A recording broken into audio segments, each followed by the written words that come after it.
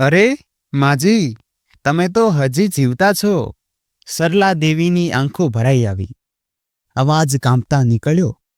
શું કહી રહી છે વહુ? નેહા આગળ વધી, ખુરશી પર બેઠી અને મોટી ઠંડકથી બોલી, નહીં, સાચું કહું છું. દરરોજ વિચારું છું કે આજે સમાચાર મળશે કે સરલા દેવી સ્વર્ગ સિધાવી ગયા. પણ તમે તો ભગવાનને પણ ઠગવામાં લાગેલા છો. કદાચ. ગીતા પાછળથી ખડખડાટ હસી. હા બીબીજી, આ તો બહુ ટપ છે. આટલા દિવસોથી દવા વિના, ગાધા વિના પણ જીવે છે. માનવું પડશે.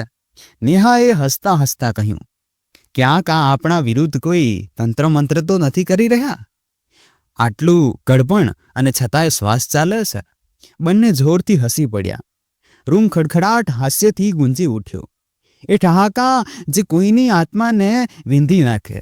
સરલા દેવીની આંખોમાં હવે પાણી નહોતું, બસ ચૂપકીદીનો સમંદર હતો. તેમની હથેળીઓ કાંપી રહી હતી, જાણે કોઈની દુઆ અધૂરી રહી ગઈ હોય. ધીમેથી બોલી, નેહા, મેં તારું શું બગાડ્યું હતું જે દિવસે આ ઘરમાં આવી હતી? તને મારી દીકરી કહી હતી, અને આજે તું? નેહાએ વચ્ચે જ વાત કાપી નાખી. બસ પણ કરો માજી, ડ્રામા ન કરો. આ મેં શું બગાડ્યું હતું? વાળો, તમારું મોં જોઈને જ મન ખરાબ થઈ જાય છે. દર વખતે દુઃખ, દુઃખ અને દુઃખ. તમે અમારા ઘરની વાઇબ્સ બગાડી નાખી છે. ગીતાએ માથું હલાવતા કહ્યું, સાચું કહ્યું બીબીજી. હવે તો ભગવાન જ તેમને ઉઠાવી લે, નહીં તો આ ઘર ક્યારેય સાફ નહીં થાય. નેહા ઊભી થઈ, પોતાનો મોબાઈલ બરાબર કર્યો અને બોલી, ગીતા, જોજે જરા. જો મરી પણ ગયા ને તો પહેલા મને કહી દેજે. ડ્રાઈવરને કહીશ ફૂલ મંગાવી લે. અને બંને જોરથી હસતા હસતા બહાર ચાલી ગઈ. દરવાજો બંધ થયો. રૂમ ફરી સન્નાટામાં ડૂબી ગયો. સરલાજી દર્દથી તડપી રહ્યા હતા. તેઓ વિચારવા લાગ્યા. પતિના ગયા પછી કેટલી મુશ્કેલીઓથી તેમણે પોતાના દીકરાને મોટો કર્યો હતો, પણ માત્ર એક છોકરીના આવતા જ તે પોતાની માં બધું ભૂલી ગયો. તેઓ મનમાં ભગવાનને પ્રાર્થના કરી રહ્યા હતા કે તેમને જલ્દી ઉઠાવી લે, પણ કદાચ ભગવાન હજી આ નહોતા ઈચ્છતા. સવારનો હળવો તડકો બારીમાંથી ગળાઈને ફર્શ પર પડી રહ્યો હતો. સરલા દેવી ધીમે ધીમે પોતાના રૂમમાંથી બહાર નીકળ્યા. નમેલી કમર છતાં ચાલમાં હજી એક પોતાનાપણું હતું. સફેદ સુતરાઉ સાડી, વાળમાં હળવી સફેદી, કપાળ પર ગોળ બિંદી, ચહેરા પર કરચલીઓ તો હતી, પણ તેમાં વર્ષોની મમતા અને સાદગીની ઝલક હજી બચી હતી. તેમણે હાથમાં ચાંદીનો નાનો લોટો પકડી રાખ્યો હતો. તુલસીને પાણી આપવાની આદત આજે પણ છોડી નહોતી. તેમની હથેળીઓ કીડા ખાઈ ગયેલા મિશ્રણની કહાણી કહેતી હતી. ખેતરોમાં વીતેલા બાળપણની અને સંઘર્ષમાં વીતેલી જવાનીની. ભલે હવે તેઓ પોતાના દીકરા આર્યનના આલિશાન ઘરમાં રહેતા હતા, પણ તેમના મનને આજે પણ ગામની માટીનું આંગણ અને તુલસીનો છોડ વધારે પોતાનો લાગતો હતો. તેઓ હસતા હસતા વરંડા તરફ વધ્યા જ હતા કે ત્યારે ડાઇનિંગ હોલમાંથી હાસ્યના કેટલાક અવાજો આવ્યા. નેહા પોતાની હાઈ સોસાયટીની સહેલીઓ સાથે બેઠી હતી. ચળકતા કપડાં, ઊંચા અવાજો અને દેખાડાથી ભરેલો અંદાજ. એક સહેલી બોલી, નેહા, તારો આ બંગલો તો કોઈ ફિલ્મ સેટ જેવો છે. બીજીએ હસતા હસતા ચાપલુસી કરતા કહ્યું, અને તારી પર્સનાલિટી તો બસ ફર્સ્ટ ક્લાસનો નમૂનો છે. તે આર્યન જેવા માણસને કેવી રીતે બટાવી લીધો? નેહા શરમાતા બોલી, અરે છોડો, પણ કંઈ ખાસ નહીં. ત્યારે તેની નજર દરવાજા તરફ ગઈ. ત્યાં દરવાજા પાસે સરલા દેવી ઊભા હતા. હસતા હસતા સૌને જોઈ રહ્યા હતા. તેઓ ધીમેથી બોલ્યા, બેટા, આ બધા કોણ છે? બહુ વહાલા અવાજો આવી રહ્યા હતા. બસ આટલું સાંભળતા જ નેહાનો ચહેરો બદલાઈ ગયો. આંખો સંકોચાઈ ગઈ, સ્મિત ગાયબ થઈ ગયું, અને કપાળ પર ગુસ્સાની રેખાઓ ઉભરી આવી. તે જલ્દીથી ઊભી થઈ અને પોતાની સહેલીઓ તરફ જોઈને જબરદસ્તી હસતા હસતા બોલી, અરે, તમે લોકો બસ 2 મિનિટ રોકાઓ, હું હમણાં આવું છું. પછી તે તરત જ આગળ વધી અને સરલા દેવીનો હાથ પકડી લીધો, કસીને. સરલા દેવી થોડા ચોંકી ગયા. શું થયું વહુ? હું તો બસ. નેહાએ હાસ્યને દબાવીને દાંત મીંસેલા સ્વરમાં કહ્યું, અંદર ચાલો, અત્યારે ને અત્યારે. તેણે સરલા દેવીને લગભગ ખેંચીને રૂમની અંદર પહોંચાડ્યા. દરવાજો બંધ કર્યો અને ધીમા પણ ઝેરીલા સ્વરમાં બોલી, મમ્મીજી, તમને કેટલી વાર કહ્યું છે ને, આ કોઈ ગામનું આંગણ નથી કે જ્યારે જુઓ રૂમમાંથી બહાર ફરવા લાગો. જેમ કે આ જગ્યા પાર્ક હોય, બધાની સામે આવવાની શું જરૂર છે? જો મારી ફ્રેન્ડ્સે જોઈ લીધું ને કે નેહા સાહનીની સાસુ આવી દેખાય છે તો લોકો શું કહેશે? કેટલી બદનામી થશે મારી. થોડો તો ઇજ્જતનો ખ્યાલ રાખો ભગવાન માટે. તમને શું મારી વાતો સમજાતી નથી? સરલા દેવી કંઈ બોલી ન શક્યા. બસ પોતાની આંખો ઝુકાવી લીધી અને ધીમા સ્વરે બોલી, હું તો બસ તુલસીને પાણી આપવા આવી હતી. નેહાએ ઠંડી હસી સાથે કહ્યું, શું કહ્યું તમે? તુલસીને પાણી? નેહા ખડખડાટ હસી. અહીં કોઈને ભગવાનથી નહીં, બ્રાન્ડથી મતલબ છે. તુલસીના નામ પર ડ્રામા ન કરો. તમારા જેવો લોકો પૂજા નથી કરતા, દયા માંગે છે, અને તે પણ ખોટી જગ્યાએથી. એટલે હવેથી આવી ભૂલ ન કરતા, નહીં તો એ જ ગામમાં પાછા મૂકી આવીશ જ્યાંથી તમે આવ્યા છો. સરલા દેવીએ કાંપતા પોતાની સાડીનો પાલવ આંખો પર રાખ્યો. નેહાએ વધુ નજીક આવીને કહ્યું, તમને જરાય શરમ નથી આવતી આવા આંસુઓનું નાટક કરતા? લોકો જો જોઈ લેશે તો શું કહેશે? નેહા સાહનીની સાસુ તો કોઈ નોકરાણી જેવી દેખાય છે. ખબર નહીં કઈ દુનિયામાંથી આવ્યા છે. આવા કપડાં પહેરવાની શું જરૂર હતી? તમને લાગે છે આ લોકો તમારી સાદગીની કદર કરશે? સરલા દેવીએ ધીમા સ્વરે કહ્યું, બેટા, મારી પાસે તો બસ આ જ 2 સાડીઓ છે. નેહાનો ચહેરો સખ્ત થઈ ગયો. તો રૂમમાં રહો, ત્યાં જ પહેરો. આ ઘર કોઈ ધર્મશાળાની જેમ નથી જ્યાં જે ચાહે આવી જાય. હવે ચૂપચાપ અંદર ચાલો. અને હા, આવતી વખતે જો મારા મિત્રો સામે તમને જોયા ને તો હું આર્યનને કહી દઈશ કે તમને ઓલ્ડ એજ હોમ મોકલી દે. ત્યાં તમને બહુ શાંતિ મળશે. સરલા દેવીની આંખો ભરાઈ આવી. તેમણે કંઈ કહેવું ચાહ્યું, પણ શબ્દો જાણે ગળામાં અટકી ગયા. બસ તેમના હોઠ કંપ્યા અને એક આંસુ તેમની ઝૂકેલી પાંપણોથી પડીને સાડીમાં સમાઈ ગયું. પછી તેણે દરવાજો ખોલતા કહ્યું, હવે ચૂપચાપ રૂમમાં જાઓ અને ત્યાં જ રહો. મારે હવે પાછું જઈને હસવું છે. લોકો મારી ઇમેજ જુએ છે, તમારી કરચલીઓ નહીં. નેહાએ બહાર જતા લિપસ્ટિક બરાબર કરી, ચહેરા પર ફરીથી નકલી સ્મિત ચડાવ્યું અને બોલી, so sorry girls, old family thing. એ નોકરાણી પોતાને થોડું વધારે જ સમજે છે, એટલે વધારે પરેશાન ન થતા તેમની વાતોથી. તેણે સરલાજીને નોકરાણી કહેતા બધી વાતો પલટી દીધી હતી અને રૂમની અંદર સરલા દેવી ચૂપચાપ પોતાના જૂના ચપ્પલોને જોતા વિચારતી હતી કે બધું કેવી રીતે બદલાઈ ગયું છે. સાંજનો સમય હતો. ડાઇનિંગ ટેબલ પર નરમ રોશની પથરાયેલી હતી. ટેબલ પર મોંઘા વાસણો, ખુશ્બુદાર ખાવાનું અને વચ્ચે હસી મજાકના અવાજો. પણ એ હાસ્યની નીચે કેટલાક તીખા શબ્દોનું ઝેર પણ છુપાયેલું હતું. નેહાએ પોતાના પતિ આર્યન તરફ હસતા હસતા કહ્યું, તને ખબર છે આજે ફરી તારી મમ્મીએ શું કર્યું? આર્યને પાછા મનથી પૂછ્યું, શું થયું હવે? નેહાએ મોં બગાડતા કહ્યું, તે ફરી બહાર આવી ગઈ હતી, તે પણ મારી ફ્રેન્ડ્સની વચ્ચે. હું વિચારતી હતી કોઈ પૂછી લે કે આ કોણ છે તો હું શું કહેતી? લોકો મને હાઈ ક્લાસ સમજે છે અને અહીં તારી મમ્મી પોતાની દેહાતી સાડી, તેલ નાખેલા વાળ અને તૂટેલા ચપ્પલ લઈને સામે આવી જાય છે જેમ કે કોઈ ગામના મેળામાંથી ઉઠાવી લાવી હું તેમને. મેં તો કહી દીધું હતું કે નોકરાણી છે. હવે હું કેવી રીતે જણાવતી કે આ ખરાબ દેખાતી મારી સાસુ છે? આર્યને ધીમા સ્વરે કહ્યું, નેહા, રહેવા દે ને. શું રહેવા દઉં? નેહાએ તુણકતા કહ્યું, દર વખતે કોઈને કોઈ તમાશો. આજે તો કહી રહી હતી કે તુલસીને પાણી આપવા જઈ રહી છું. તુલસી? હું કહું છું મમ્મીજી, ભગવાન પણ હવે ઓનલાઈન છે, પૂજા પણ એપથી થઈ જાય છે. પણ નહીં, તેમને તો નોકરો સામે પણ નાટક કરવું છે. અમે કેટલા સંસ્કારવાન છીએ. ટેબલ પર બેઠેલા બાકીના લોકો, આર્યનના કાકા, કાકી અને નાની બહેન, બધા હળવું હાસ્ય દબાવવા લાગ્યા.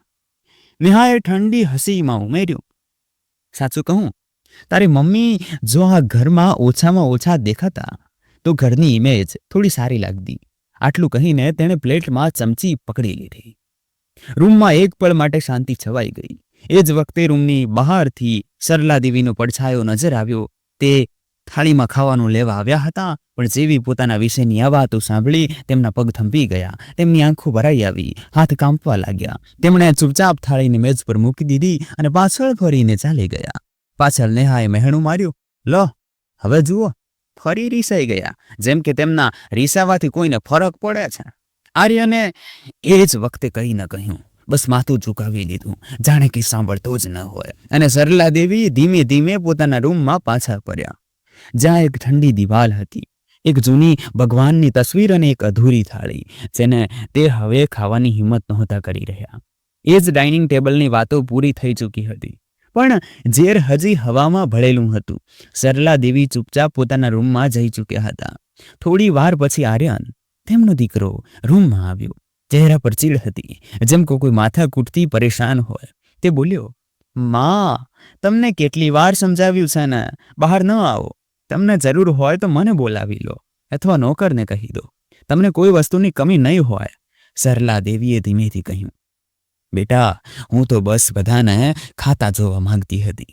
માં છું, મન નથી માનતું કે બાળકોને જોયા વિના જમી લે.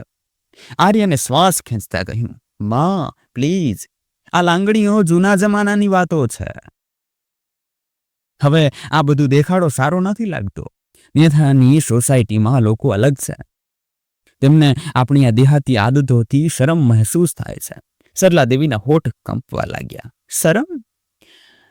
મારી વગરથી તને શરમ આવે છે? બેટા, આર્યની આંખો ફેરવી લીધી. માં, તમે કેમ નથી સમજી શકતા? અમે હવે એક સ્ટાન્ડર્ડ લાઈફ જીવી રહ્યા છીએ. તમારું આ રીતે વારંવાર બધાની સામે આવવું ઠીક નથી લાગતું. એટલે મેં વિચારી લીધું છે, આવતીકાલે એક કેરટેકર રાખી લઈશ. તે તમારી દવા, ખાવાનું બધું જોઈ લેશે. તમને કંઈ પણ જોઈતું હશે તો તેને કહી દેજો. ઠીક છે? તમારો રૂમ મોટો છે, ત્યાં જ રહો. બહાર આવવાની હવે જરૂર નથી.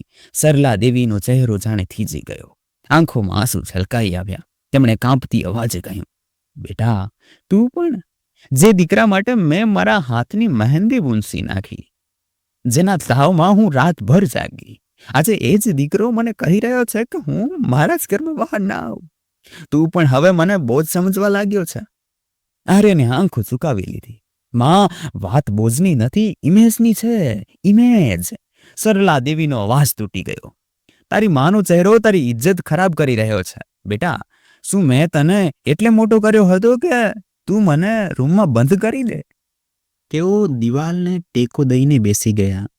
આંખોમાંથી આંસુ વહેવા લાગ્યા અને તેમણે બસ એટલું જ કહ્યું, બેટા, જે દિવસે તું માના ચહેરાથી શરમાશે તે દિવસે સમજજે કે તારી માણસાઈ મરી ગઈ જશે. આર્યને કશું કહ્યું નહીં, બસ દરવાજો બંધ કરીને ચાલ્યો ગયો. દરવાજાનો અવાજ ગુંજ્યો અને તેની સાથે જ સરલા દેવીનું હૃદય પણ તૂટીને વિખેરાઈ ગયું. બીજા જ દિવસે ઘરમાં એક નવી નોકરાણી આવી, જેનું નામ ગીતા હતું. નેહાએ મોટા ગર્વથી મિત્રોની સામે કહ્યું, હવે સાસુમાની પૂરી દેખભાળ આના હવાલે છે. તેમને હવે કોઈ તકલીફ નહીં પડે. પરંતુ હકીકત તે ચમકતી વાતોથી ઘણી અલગ હતી. સરલા દેવીનો ઓરડો હવે જાણે કે એક જેલ બની ગયો હતો. જે ઓરડામાં ક્યારેક ભગવાનની તસવીર સામે દીવો પ્રગટતો હતો, ત્યાં હવે માત્ર એક તૂટેલી ખાટલી અને પાણીનો ગ્લાસ મૂકેલા હતા. ગીતા જ્યારે રૂમમાં આવી, તેના ચહેરા પર કોઈ આદર નહોતો, બસ કંટાળો અને ધિક્કાર હતો. તે બોલી, સારું, હવેથી મારે જ બધું જોઈતું હશે તે બોલવાનું. દરેક વાત માટે ઘંટડી ન વગાડશો, મારે બીજા પણ કામ છે. સરલા દેવીએ હળવા સ્મિત સાથે કહ્યું, બેટી, મારે વધારે કંઈ નથી જોઈતું, બસ સમયસર દવા આપી દે છે. ગીતાએ હસીને કહ્યું, દવા આપી દઈશ, પણ આ વારંવાર બહાર ડોક્યું કરવાનું બંધ કરો. માલકીનને પસંદ નથી કે તમે બહાર જુઓ. કહે છે કે લોકોને ખોટી છાપ પડે છે. સરલા દેવી ચૂપ રહ્યા. તેમણે બસ બારી તરફ જોયું, જ્યાંથી સૂર્યના કિરણની આછી ઝલક આવી રહી હતી, પણ તે પણ હવે અડધી બંધ હતી, કારણ કે નેહાએ કહી દીધું હતું કે બારી ખુલ્લી રાખીશ તો રૂમની ગંધ બહાર જશે. રાત્રે જ્યારે બધા સૂઈ ગયા હતા, સરલા દેવીએ ધીમેથી ગ્લાસ ઉઠાવ્યો, પણ હાથ હજી ધ્રુજી ગયા હતા. ગ્લાસ પડી ગયો. પાણી ફ્લોર પર ફેલાઈ ગયું. ગીતા દોડીને આવીને ગુસ્સામાં બોલી, અરે, આ શું કર્યું તમે? હવે કોણ સાફ કરશે? તમારા હાથ તો ઉપાડતા નથી, બસ આખો દિવસ ગંદકી કરો છો. સરલા દેવીએ ડરતા ડરતા કહ્યું, માફ કરજે બહુ, હાથ ધ્રુજી ગયો હતો. બસ ડ્રામા બંધ કરો અમ્મા. જ્યારથી તમારી સેવા કરું છું, આ બુઢીએ નાકમાં દમ કરી દીધો છે. શાંતિથી જીવવા તો દો મને. તમે તો જાતે શાંતિથી જીવતા નથી અને મને પણ જીવવા દેતા નથી. સમજી? સવારમાં ઝાડુ પોતું માર્યું છે, તમારી સેવા નહીં. તે બબડતી ચાલી ગઈ અને સરલા દેવી ત્યાં જ બેસી ગયા, ભીના ફ્લોર પર, ઠંડી હવામાં ધ્રુજતા. સવારે જ્યારે તેમણે ખાવાનું માંગ્યું તો ગીતાએ થાળી સરખાવતા કહ્યું, હજી ખાવાનું બન્યું નથી, પછી આપી દઈશ. વળી તમારે કેટલું ખાવાનું છે? બેસી બેસીને જાડા થઈ રહ્યા છો. આટલું કહીને તેણે સરલા દેવી માટે બનાવેલો બધો ખોરાક ખાઈ લીધો, જેના કારણે સરલા દેવી આખો દિવસ ભૂખી રહ્યા. બીજા દિવસે ગીતાએ થોડું જ ખાવાનું આપ્યું અને રૂમને લોક કરીને ચાલી ગઈ. સરલા દેવીએ કશું કહ્યા વિના રોટલીનો અડધો ટુકડો ઉઠાવી લીધો. સૂકો ઠંડો પણ એ જ તેમના માટે બધું હતું. આંખોમાંથી આંસુ ચૂપચાપ તે સૂકી રોટલી પર પડ્યા, જાણે રોટલી પણ તેમની સાથે રડી રહી હતી. સાંજે નેહા અને આર્યન મહેમાનો સાથે ડાઇનિંગ ટેબલ પર બેસીને હસી રહ્યા હતા અને તે જ સમયે ઉપરના રૂમમાં સરલા દેવી ધીમેથી તેમની દવા શોધી રહ્યા હતા. પણ દવાની શીશી ગીતાએ ક્યાં આંખ મૂકી દીધી હતી. કેટલું વિચિત્ર હતું ને! એક માતા જેને પોતાના દીકરાને જીવન આપ્યું, હવે તેનું જીવન બીજાની મરજી પર ટકેલું હતું. તે રાત્રે સરલા દેવીએ ધીમેથી ભગવાનની મૂર્તિ તરફ જોયું અને કહ્યું, હે પ્રભુ, જો મારો દીકરો મારાથી નફરત કરતો હોય તો મને હવે વધુ દિવસો ન બતાવશો. મને જલ્દીથી તમારી પાસે બોલાવી લો. અને તેમની આંખોમાંથી આંસુનું છેલ્લું ટીપું ખરી ગયું. દિવસો હવે પહેલા જેવા નહોતા રહ્યા. સરલા દેવીના રૂમમાં હવે કોઈ અવાજ ગુંજતો નહોતો, ન ભજન, ન વાતચીત, ન કોઈનો હાલચાલ પૂછવું. બસ દિવાલ, ઘડિયાળની ટકટક અને તેમની સૂકી શ્વાસની ધીમી ટુસકીઓ. ગીતા સંપૂર્ણપણે તેમના રૂમની માલકીન બની ગઈ હતી. નેહા માટે તે કામવાળી નહીં પણ વફાદાર હતી અને સરલા દેવી માટે એક સજા. સવારે જ્યારે સૂર્યનું પહેલું કિરણ બારીમાંથી ફાટમાંથી અંદર આવતું, સરલા દેવી ઉઠવાનો પ્રયત્ન કરતા, પણ તેમના ઘૂંટણ હવે સાથ નહોતા આપતા. ધીમે ધીમે બેસતા અને ઘંટડી દબાવતા. ઘંટડીનો અવાજ બહાર સુધી જતો, પણ ગીતા સાંભળ્યા વિના રહેતી. ક્યારેક 2 કલાક પછી આવતી, ક્યારેક બિલકુલ નહીં. ગીતા બેટી, જરા દવા આપી દે છે. ગઈ આખી રાત શોધતી રહી, મળી જ નહીં. ક્યાં મૂકી દીધી હતી? સરલા દેવીએ પીડાથી ધ્રુજતા કહ્યું. પણ ગીતા રૂમમાં આવીને તેમને અવગણીને મોબાઈલમાં સ્ક્રોલ કરતા જવાબ આપે છે, હર વખત દવા દવા. આટલી દવા ખાશો તો મરી જ જશો. પછી કોણ જલશે આ પંચાત? સરલા દેવી ચૂપચાપ તકિયા પર માથું ટેકવીને આકાશ તરફ જોતા.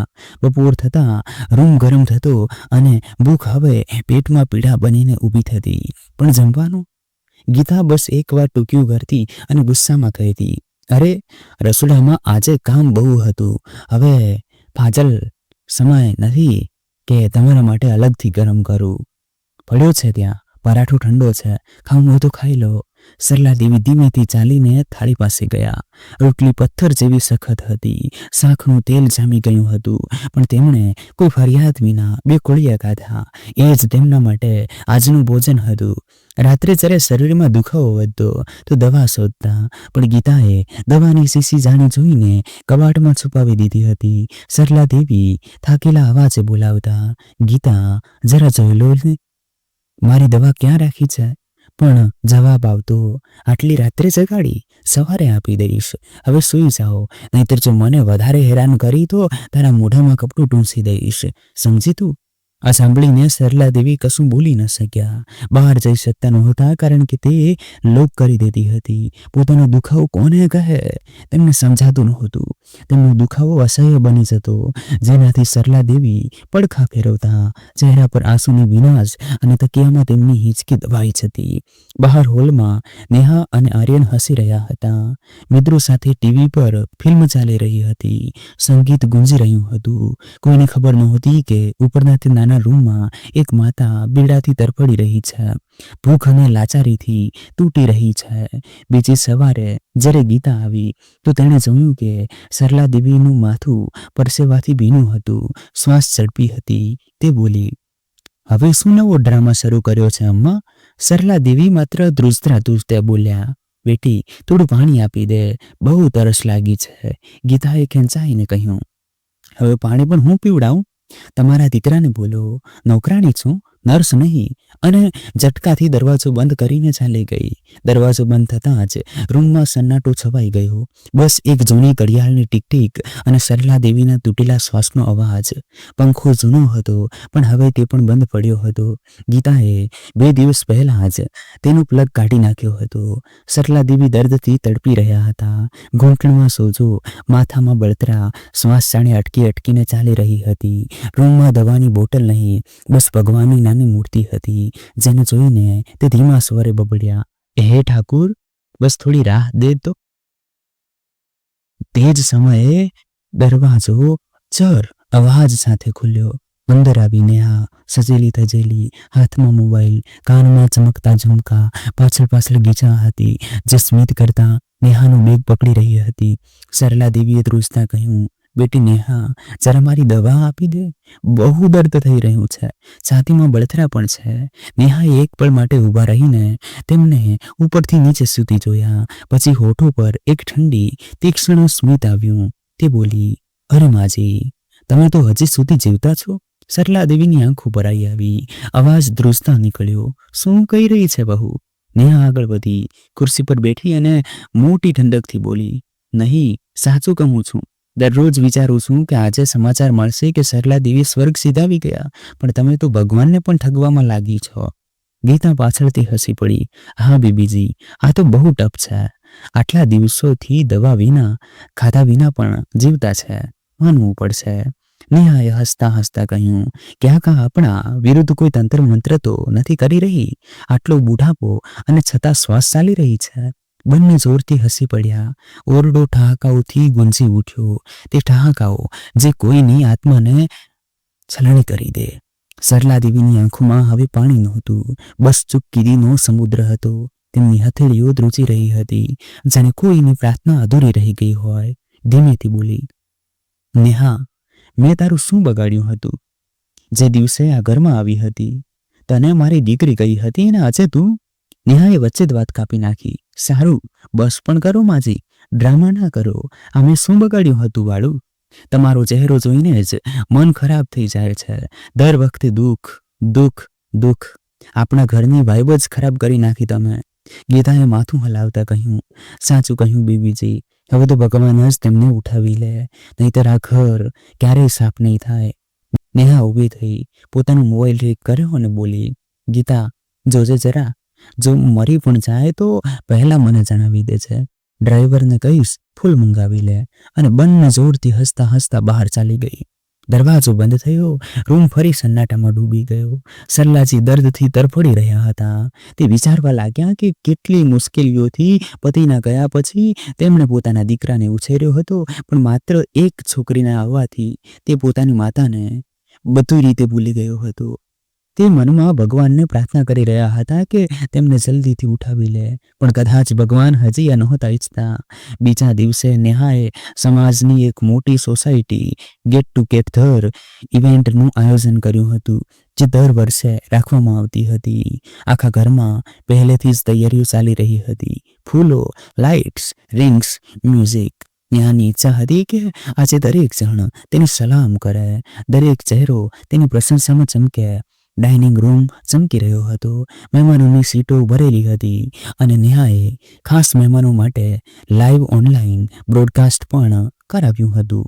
હાઈ ક્લાસ ગેટ ટુગેધરનો વ્યાપ આખા શહેર સુધી હતો. આર્યને તેના બિઝનેસ સહયોગીઓને પણ બોલાવ્યા હતા, જેથી ઇમેજ સંપૂર્ણ રીતે સેટ થઈ જાય. બધા લોકો જ્યારે આવતા જતા હસીને વાતો કરી રહ્યા હતા ત્યારે એક નાનું નોટિફિકેશન આવ્યું. લોબીમાં રાખેલા એક મહેમાનના ફોન પર કોઈકે ત્યાં જ બેસીને લાઈવ સ્ટ્રીમની સ્ક્રીન ચાલુ કરી દીધી. સ્ક્રીન પર અચાનક એક વિડીયો ચાલવા લાગ્યો. એ જ ક્લિપ જે હાલમાં ઘરની અંદર કોઈકે રેકોર્ડ કરી લીધી હતી.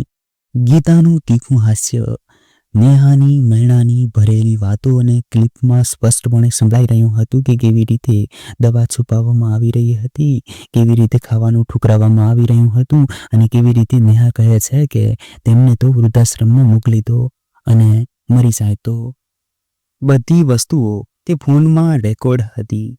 પહેલી વારમાં લોકોએ હસીને અવગણના કરી. પછી એક મહેમાનનો ચહેરો બદલાઈ ગયો. બીજાએ ફોન કાઢ્યો. ત્રીજાએ તરત જ ક્લિપ રેકોર્ડ કરીને તેને પોતાના સોશિયલ નેટવર્ક પર મૂકી દીધી. થોડી જ મિનિટોમાં તે જ વિડીયોના 10,000 શેર થઈ ચૂક્યા હતા.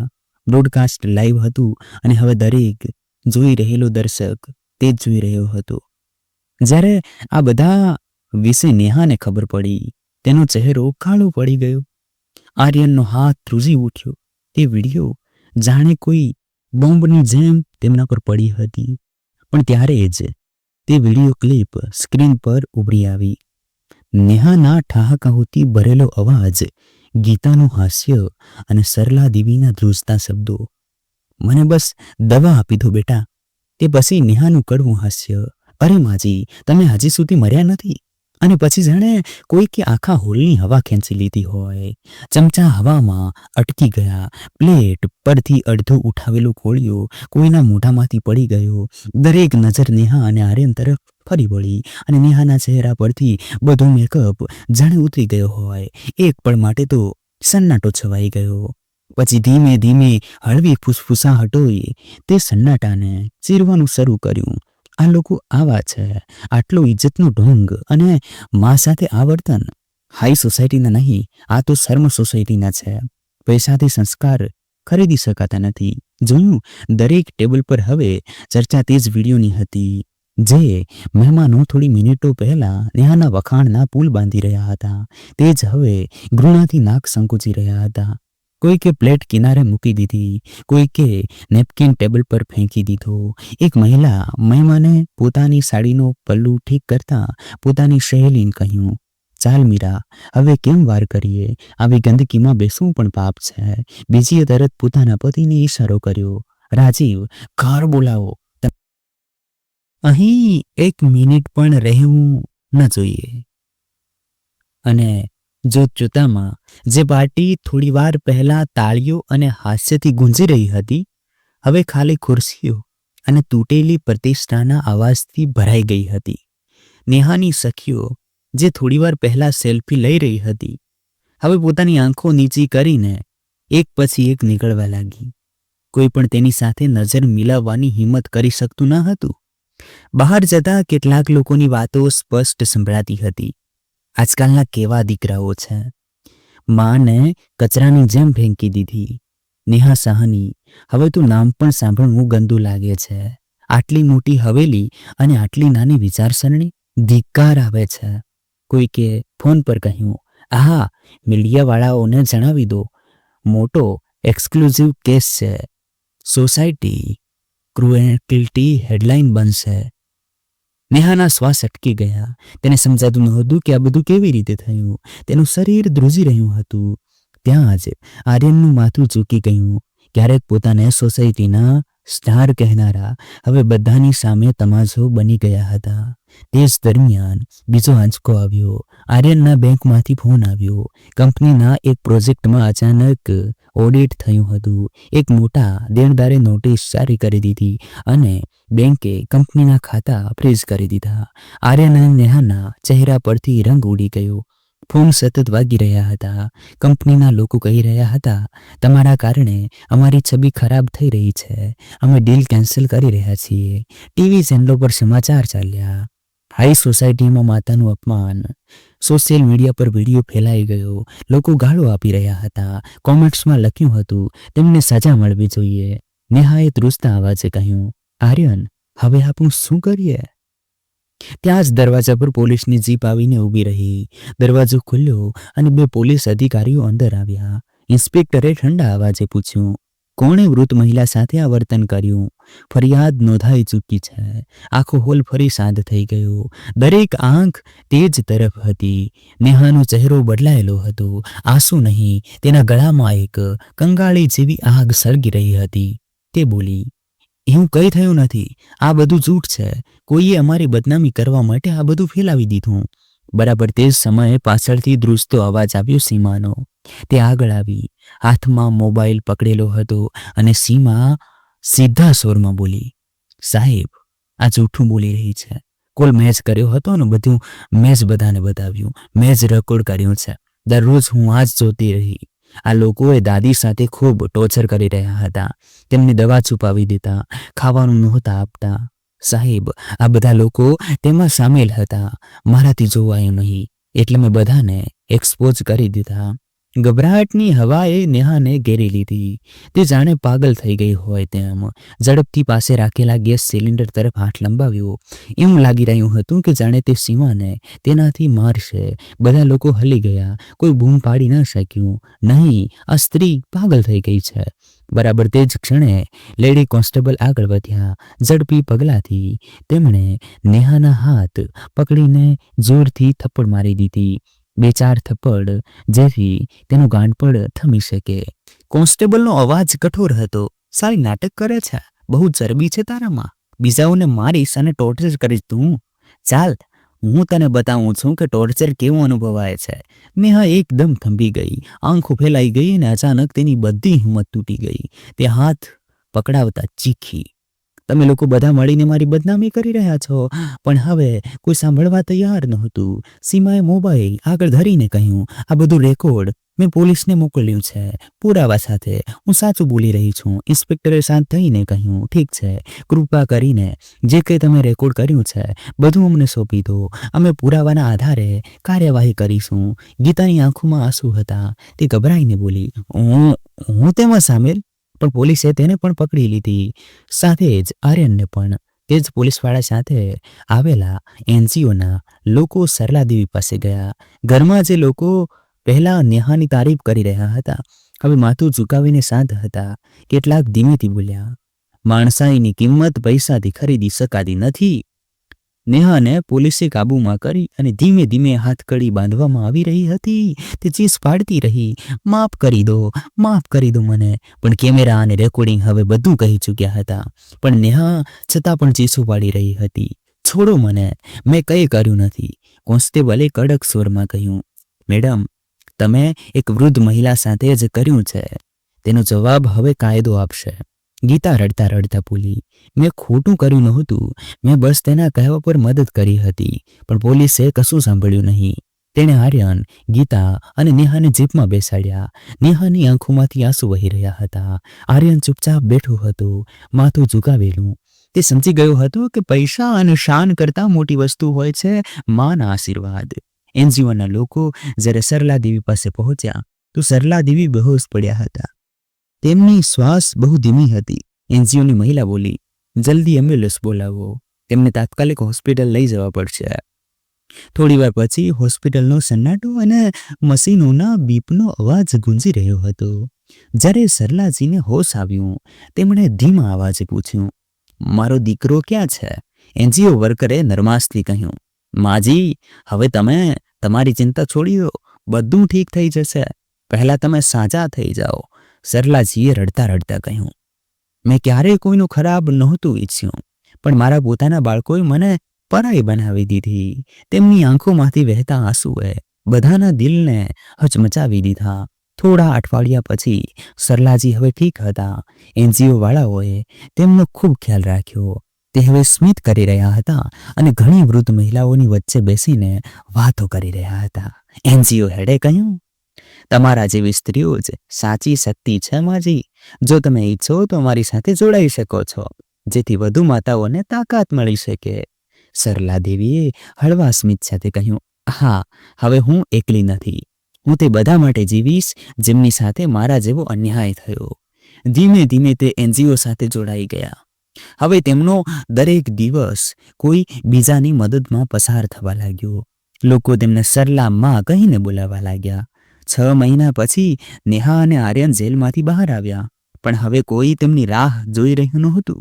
ઘરની બહાર તાળું લટકી રહ્યું હતું. સિક્યુરિટી ગાર્ડે કહ્યું, સાહેબ, બેંકે આ પ્રોપર્ટી જપ્ત કરી લીધી છે. હવે આ ઘર તમારું નથી રહ્યું. આર્યને જમીન પર નજર ચૂકાવી દીધી. નેહાની આંખોમાં ડર હતો. તેણે ફૂસફૂસાવતા કહ્યું, હવે આપણે ક્યાં જઈશું? આર્યને તૂટેલા અવાજે કહ્યું, જ્યાં માના આશીર્વાદ નથી હોતા ત્યાં કંઈ ટકતું નથી. બંને ધીમે ધીમે તે રસ્તા પર ચાલી પડ્યા જ્યાં ક્યારેક લોકો તેમને સલામ કરતા હતા. હવે તે જ લોકો મોં ફેરવીને પસાર થઈ રહ્યા હતા. તેમના કપડાં કરમાયેલા, ચહેરા ઉપર થાક હતો.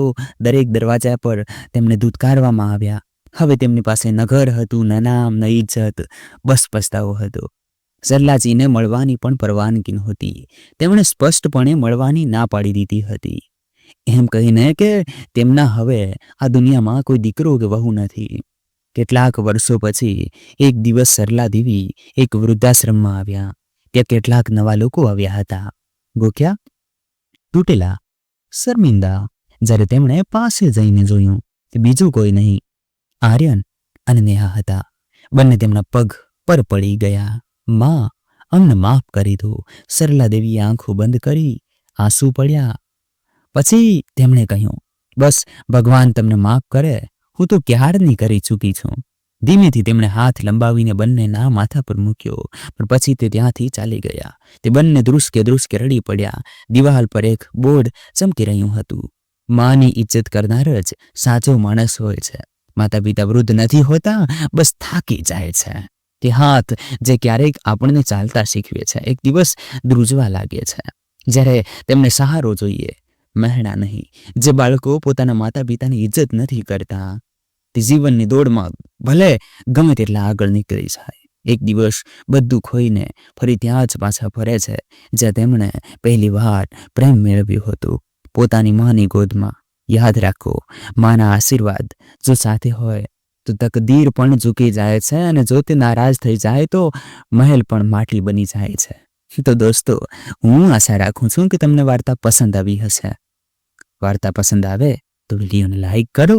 ચેનલ પર પહેલી વાર આવ્યા હોય તો સબસ્ક્રાઇબ કરીને બેલ આઇકન એટલે કે ઘંટડી જરૂરથી દબાવી દો.